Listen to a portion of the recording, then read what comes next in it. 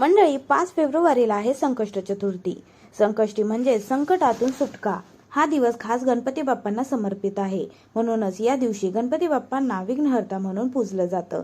आपल्यापैकी खूप लोक मेहनत करतात, पण तरीही कामं अडकतात, यश मिळत नाही, मन अस्वस्थ राहते, घरात ताणतणाव जाणवतो आणि प्रत्येक गोष्टीत अडथळे येतात. अशा वेळी संकष्ट चतुर्थी फक्त उपवासाचा दिवस नसून मन आणि आयुष्य दोन्ही सावरण्याचा दिवस मानला जातो. शास्त्रात असं सांगितलं आहे की जो माणूस श्रद्धेने या दिवशी गणपती बाप्पांचं पूजन करतो तो हळूहळू स्वतःच्या आयुष्यातील अडथळ्यांवर विजय मिळवायला लागतो. संकष्ट चतुर्थीचं व्रत सकाळपासून चंद्रदर्शनापर्यंत केलं जातं, म्हणजे चंद्र दिसेपर्यंत उपवास ठेवला जातो. हे व्रत केवळ शरीरासाठी नाही तर मन शुद्ध करण्यासाठी असतं. संध्याकाळी गणपती बाप्पांसमोर दिवा लावून ओम गण गणपते नमः हा मंत्र किमान 21 वेळा म्हटला जातो. याने मन शांत होते आणि नकारात्मक विचार कमी होतात. या दिवशी वक्रतुंड महाकाय हा श्लोक म्हणणं फार लाभदायक मानलं जातं.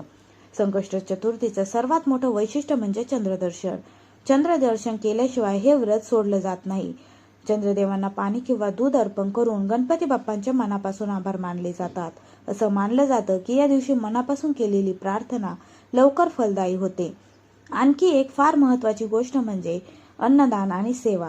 संकष्ट चतुर्थीच्या दिवशी फक्त पूजा नाही तर गरजू व्यक्तींना अन्नदान करणं, लहान मुलांना वही पेन देणं किंवा शक्य तितकी मदत करणं हेही गणपती बाप्पांचं पूजनच मानलं जातं. कारण गणपती बाप्पा हे केवळ मूर्ती नसून ते करुणा आहेत.